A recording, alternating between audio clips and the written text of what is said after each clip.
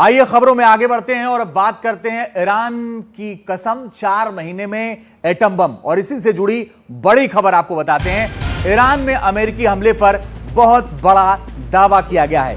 Iran के nuclear ठिकाने अभी भी सुरक्षित हैं। अमेरिकी हमले में न्यूक्लियर ठिकाने तबाह नहीं। अमेरिका से इंटेलिजेंस रिपोर्ट लीक होने का दावा। इंटेलिजेंस रिपोर्ट में स्ट्राइक के असर पर बात की गई है। ईरान का परमाणु कार्यक्रम खत्म नहीं हुआ है, कुछ महीनों में फिर से वापसी कर सकता है ईरान। हालांकि यह दावा ईरान भी कर रहा था कि उनका जो परमाणु कार्यक्रम है वो चलता रहेगा, लेकिन प्रेसिडेंट ट्रंप ने यह दावा किया था कि इस पूरे हमले में परमाणु कार्यक्रम पूरी तरह से तबाह हो गया है। अब सवाल है कि क्या जो ट्रंप कह रहे थे वैसा नहीं है। इंटेलिजेंस एजेंसियां जो कह रही हैं उसकी माने तो पूरी तरह से तबाह नहीं हुआ है और जल्द ही ईरान वापसी कर जाएगा। दोनों के जो बयान हैं उनमें विरोधाभास है।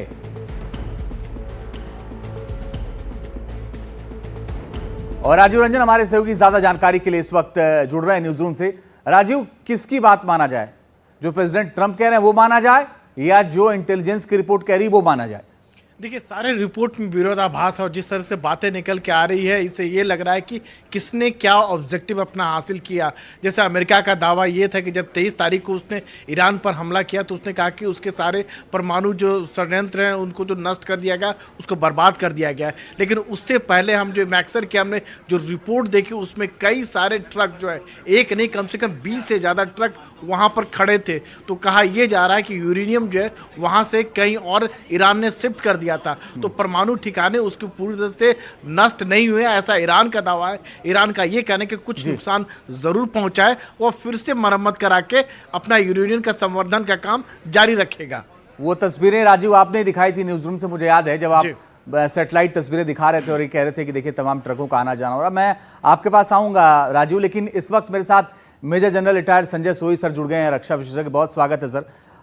संजय सर, क्या लगता है आपको? एक तरफ ट्रंप ये कह रहे हैं कि परमाणु कार्यक्रम बर्बाद हो गया, यही बात इजरायली प्राइम मिनिस्टर भी कह रहे हैं, लेकिन इंटेलिजेंस का दावा कुछ और है। देखिए अंजित, बिल्कुल ये इसमें कोई शक नहीं कि यहाँ पे विरोधाभास निकल के आ रहा है। और मैं 2-3 चीजें जो मेरे दिमाग में आ रही हैं, जैसे कि अभी आपके न्यूज में भी दिखाते रहे और रंजन जी भी बताते रहे पहले भी, कि एक तो काफी जो ट्रक लगे हुए थे वो तो पूरी दुनिया ने देखा कि किस प्रकार से ट्रक भर भर के सामान जा रहा था। दूसरी बात, ईरान को इस बात का पक्का अंदाजा था, किसी भी देश को होगा, कि जिस प्रकार से अमेरिका और इजराइल बहुत समय से, कई सालों से घोषणा कर रहे थे कि ईरान को परमाणु शक्ति नहीं बनने देना। तो उन्होंने, यही कारण था कि जो खास तौर से फॉर्दो वाला जो न्यूक्लियर साइट है वो उन्होंने पहाड़ियों के अंदर बनाया था। और पहाड़ियों के अंदर, जैसे कहते हैं, 260 फीट अंदर बनाया था गुफा के द्वारा करते हुए। और अंदर फिर कंक्रीट की लेयर भी थी, ऊपर पहाड़ी कंक्रीट की लेयर, और फिर वो न्यूक्लियर फैसिलिटी, ताकि जो एक आसान ना रहे उसको बर्बाद करना। जिस प्रकार से हमले किए गए, देखिए यही कारण है कि उन्होंने खाली 2 बम नहीं गिराए, उन्होंने 12 बम फॉर्दो के ऊपर गिराए, ताकि एक के बाद एक गिर के, एक गिरे थोड़ी चोट हो, थोड़ा अगला गिरे और चोट हो, और चोट हो, होते होते काफी डीप अटैक हो सके और सिस्टम को डिस्ट्रॉय किया जा सके। दूसरी बात, जैसे मुझे खबर मिली है कि उन्होंने उनकी वेंटिलेशन सिस्टम के ऊपर अटैक किया। अब ये जो GBU-57 है, इसके अंदर GPS के द्वारा गाइडेंस और एक इंटरनल गाइडेंस सिस्टम है, जिससे पिन पॉइंट अटैक करने में सक्षम है। तो यो हमला जो किया गया, तो यानी कि वेंटिलेशन सिस्टम को भी टारगेट किया गया, एंट्री सिस्टम को टारगेट किया गया। तो 2 बातें हैं यहाँ पे। एक तो सामान वहां से निकाले जाते ट्रकों के द्वारा, लेकिन फिर भी पूरा सामान नहीं निकाला जा सकता। न्यूक्लियर प्लांट इतना कॉम्प्लेक्स सिस्टम होता है कि हो सकता है न्यूक्लियर एनरिचमेंट, कुछ यूरेनियम। सर, एक बड़ी खबर इसी से जुड़ी हुई आ रही है, मैं आपके पास लौट रहा हूं, लेकिन ये बड़ी खबर दर्शकों को बताना जरूरी है। और बड़ी खबर यह है कि लीक इंटेलिजेंस रिपोर्ट को ट्रंप ने खारिज कर दिया है। ट्रंप ने कहा ईरान में हमला पूरी तरह से सफल रहा, ईरान के एटमी ठिकाने पूरी तरह से बर्बाद हो गए। ये अमेरिकी राष्ट्रपति ट्रंप कह रहे हैं। अमेरिका के स्ट्राइक पर कोई सवाल नहीं है, ये बात प्रेसिडेंट ट्रंप कह रहे हैं, लेकिन बड़ी बात यह है कि इंटेलिजेंस रिपोर्ट कुछ और कह रही है। संजय सर, ये कैसे हो सकता है? भाई, जानकारी तो इंटेलिजेंस के हिसाब से प्रेसिडेंट ट्रंप भी देते हैं, उनके पास कोई अपना सोर्स तो है नहीं, अब वो ये कह रहे हैं कि नहीं, इंटेलिजेंस रिपोर्ट खारिज करके कह रहे हैं नहीं, ये तो इसको मानेंगे नहीं, तो ये तो संभव नहीं है ना सर। आपको ये अनिरुद्ध बहुत जबरदस्त विरोधाभास है, जब अपने ही देश की इंटेलिजेंस एजेंसी कुछ कह रही है, जो कि जिनके पास पूरे सोर्सेज है, आफ्टर एक्शन रिपोर्ट है, और लोकल सोर्सेज से भी, उनके पास जो जासूस है उनसे भी खबर ले रहे होंगे। कोई जिसको रेडिएशन की भी कोई खबर अभी तक नहीं है कि वहां से, चाहे सऊदी अरेबिया ने बताओ या ईरान के इंटरनल ने बताओ, बाकी भी जो खबर सैटेलाइट के द्वारा भी इनको मिल रहा होगा, तो ऐसे कोई रेडिएशन की खबर नहीं है। लेकिन दो बातें हैं कि जो इंटेलिजेंस एजेंसी भी ये कह रही कुछ महीने के लिए इसको जरूर पीछे कर दिया। वो कुछ महीने हैं, कुछ साल है, ये देखना पड़ेगा, क्योंकि जो ऑपरेशन है वेंटिलेशन, जैसे मैं कहता वेंटिलेशन सिस्टम एंट्रेंस को किया, कुछ ना कुछ डैमेज जरूर हुआ होगा स्ट्रक्चर अगर मैं को। अगली ब्रेकिंग पर जाऊं उससे पहले एक चीज आप दर्शकों को स्पष्ट कर दीजिए कि जो परमाणु संयंत्र बन रहा था, जो परमाणु बम बना रहा था ईरान, क्या उसको ट्रकों के माध्यम से वो सामान इधर से उधर किया जा सकता है क्या? नहीं नहीं, इतना जो कुछ, वही मैं कह रहा हूँ, सेंट्रीफ्यूगल फ्यूजेस और कुछ एनरिच यूरेनियम ले जाया जा सकता है, लेकिन जो प्लांट है, हाँ। वो जो मशीनरी, उसको नहीं ले जाया जा सकता। वो इतना बड़ा और इतना सुरक्षित सिस्टम होता है, उसको नहीं ले जाया जा सकता। तो डेफिनेटली वो कुछ समय के लिए तो पीछे हटा है। अब कितना समय है, क्या वो महीनों हो या साल हो, 2 साल हो, लेकिन ईरान भी डेफिनेटली वापस आएगा, क्योंकि उनका नॉलेज है, ज्ञान है उस बिल्कुल। सिस्टम को बनाने का। वो कई उनके बुक्स में लिखा होगा जी। ये सब चीजें, तो वो फिर बनाने में कामयाब हो जाएंगे, इसमें कोई शक नहीं। लेकिन कितने समय बाद बना पाएंगे, ये बड़ी बात ये है, देखने वाली ये बात बड़ी बात। सर बने रहिए, एक और बड़ी खबर आ रही है, वो भी दर्शकों को बता देते हैं। और बड़ी खबर यह है कि नेटो चीफ मार्क रूट ने ट्रंप की तारीफ की है और ईरान पर निर्णायक फैसले के लिए ट्रंप की तारीफ की गई। ईरान में अमेरिका के स्ट्राइक असाधारण फैसला। मार्क रूट, नेटो चीफ, ये कह रहे हैं कि ट्रंप ने जो किया वो बहुत अच्छा किया। वो कह रहे हैं कि ये असाधारण स्ट्राइक है, मतलब ये बहुत बेहतरीन काम बता रहे हैं नेटो चीफ, और ये कह रहे हैं कि बहुत अच्छा किया ट्रंप ने। राजीव हमारे साथ लगातार न्यूज रूम से बने हुए हैं। राजीव, तारीफ तो ट्रंप की हो रही है, लेकिन सवाल तो इसको लेकर के है कि कहीं ऐसा तो नहीं कि तीर कहीं और चला दिया और तारीफ बटोर ली।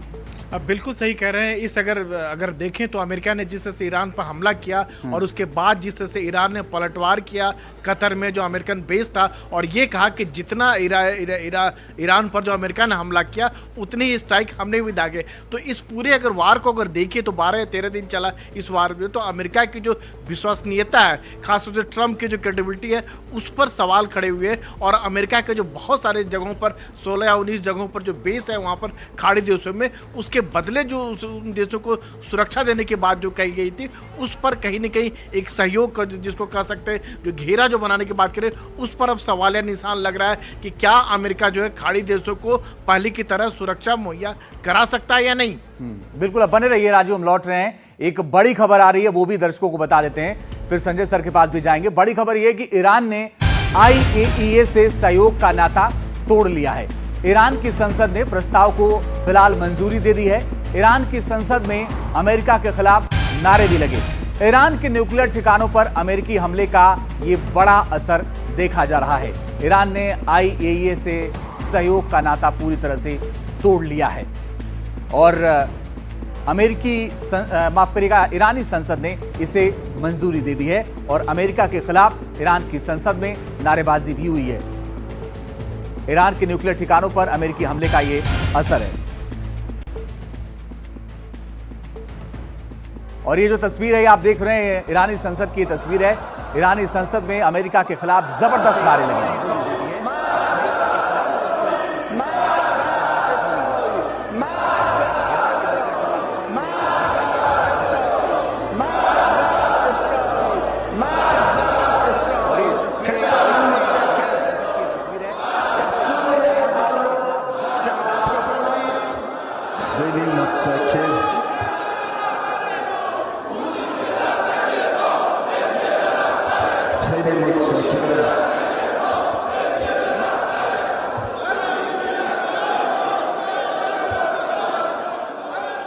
तो बड़ी बात यह है कि IAEA से संपर्क तोड़ लिया है ईरान ने और उनके संसद ने इसको मंजूरी दे दी है और ईरान कह रहा है कि हमारे परमाणु संयंत्र को कोई नुकसान नहीं पहुंचा है। और इसीलिए अमेरिका की इस स्ट्राइक पर 10 बड़े दावे हैं। वो दावे कौन कौन से हैं, एक एक करके आइए आपको बताने की कोशिश करते हैं कि आखिर कौन कौन से दावे। देखिए, ईरान का परमाणु कार्यक्रम खत्म नहीं हुआ है, यह सवाल है। न्यूक्लियर साइट का मूल ढांचा क्या अभी तक बरकरार है? मूलभूत ढांचे को ज्यादा नुकसान नहीं पहुंचा। ये 10 बड़े दावे हैं अमेरिका के स्ट्राइक पर ईरान के। कुछ ही महीने में वापसी कर सकता है ईरान, ये बार बार कहा जा रहा है। फोर्डो नतांज में सेंट्रीफ्यूज तबाह नहीं, और ये जो सारी जानकारी आ रही है लीक इंटेलिजेंस रिपोर्ट के आधार पर है। फोर्डो नतांज में सेंट्रीफ्यूज तबाह नहीं हुआ है, यह कहा गया। यूरेनियम संवर्धित करने की मशीनरी बिल्कुल सुरक्षित है, जैसा कि संजय सर भी कह रहे थे, उसे शिफ्ट नहीं किया जा सकता। संवर्धित यूरेनियम भी ईरान ने बचा लिया है। तो ये जो तमाम बड़े दावे, इससे सवाल भी है। ईरान ने हमले से पहले संवर्धित यूरेनियम वहां से हटा लिया था, और यूएस ने ईरान के एटमी प्रोग्राम को कुछ महीने के लिए ही पीछे छोड़ा है। कुछ महीनों में वो वापसी कर जाएगा। न्यूक्लियर ठिकानों को मिटाने की बात सही नहीं है, और ये जो दावे हैं ये अपने आप में बहुत महत्वपूर्ण है। तो आप ये सोचिए कि ये क्या कहा जाएगा आखिर इसको लेकर के, और ईरान कब तक वापसी करेगा, बड़ा सवाल है। तो क्या बच गया है ईरान और नहीं रुकेगा परमाणु प्लान? क्योंकि यूएस रक्षा मंत्रालय की ब्रीफिंग से लीक जानकारी को लेकर रिपोर्ट्स में दावा किया गया है। कहा गया कि ईरान में ऑपरेशन मिडनाइट हैमर की शुरुआती डिटेल सामने आई है, और इस डिटेल में पेंटागन की खुफिया यूनिट डिफेंस इंटेलिजेंस एजेंसी के हवाले से यह जानकारी दी गई है। कहा गया कि इंटेलिजेंस से जुड़े 7 अधिकारियों ने ऑपरेशन की जानकारी दी थी। ईरान के न्यूक्लियर कार्यक्रम को ज्यादा नुकसान नहीं, ये अमेरिकन इंटेलिजेंस की रिपोर्ट बता रही है। और आप सोचिए कि 2 अलग अलग विरोधाभास हैं, और मेजर जनरल संजय सोई साहब हमारे साथ लगातार बने हुए हैं। संजय सोई सर, क्या माना जाए इस पूरे मसले को लेकर के कि ईरान भी ये दावा कर रहा है कि नहीं, हमारा कुछ नहीं नुकसान हुआ, लेकिन क्या मोसाद और सीआईए से बड़ी चूक हुई है इस पूरे मामले को लेकर? नहीं, देखिए, ऐसा है कि यहाँ पे मोसाद या इंटेलिजेंस की चूक नहीं मानूंगा, क्योंकि वो पिन पॉइंट हमला तो किया है, लेकिन जिस प्रकार से बनाई गई बिल्डिंग वो महत्वपूर्ण है। कितनी पहाड़ों में डीप और कितना कंक्रीट लगा हुआ था। दूसरी बात, वो सामान वहां से निकाल लिया गया, जो कि एक बहुत बड़ा जिसको कहना चाहिए कि आप और हम भी जैसे सोच रहे थे कि कभी भी हमला कर सकता है न्यूक्लियर साइट पर, कि इजराइल कर रहा है, अमेरिका कर रहा है, तो एक उस चीज के लिए उन्होंने उसी हिसाब से तैयारी की हुई। तीसरी बात, न्यूक्लियर साइंटिस्ट को मारा, ये बहुत बड़ी चोट है। और जो उनके इंफ्रास्ट्रक्चर को डैमेज हुआ है, वो डैमेज डेफिनेटली रहा होगा, क्योंकि इतने बड़े बम इतने सारे गिराए हुए, पिन पॉइंट अंदर जाके 200 फीट अंदर जाके जब पड़ता है बम, तो ये काफी डैमेज करता है। और कितना समय रिपेयर में लगेगा, क्योंकि ईरान भी जो दावे कर रहा है, ये भी एक साइकोलॉजिकल वॉरफेयर का हिस्सा हो जाता है कि हमें कुछ नहीं हुआ, अपनी जनता को भी खुश करने के लिए और दुनिया के सामने अमेरिका को नीचा दिखाने के लिए भी इस तरह के दावे हो सकते हैं। लेकिन मेरा ये मानना है कि नुकसान जरूर हुआ है, लेकिन ईरान भी वापस जरूर आएगा, ये भी मेरा मानना है। अभी कितने समय बाद आएगा, 2 साल लगेंगे, 3 साल लगेंगे, 4 महीने वाली बात तो मेरे हिसाब से काफी एम्बिशियस बात कर रहे हैं, लेकिन नहीं होगा। लेकिन सवाल यहाँ पे एक बड़ा जो आ जाता है अंजित, वो है कि इसका सीज फायर का क्या फिर, सीज फायर का क्या औचित्य रह गया? जो सीज फायर इन्होंने डिक्लेयर किया वो इसलिए किया था कि न्यूक्लियर पावर उनकी खत्म कर दिया, आगे वो बनाने में सक्षम नहीं रहेगा। अगर ये टेम्परेरी है,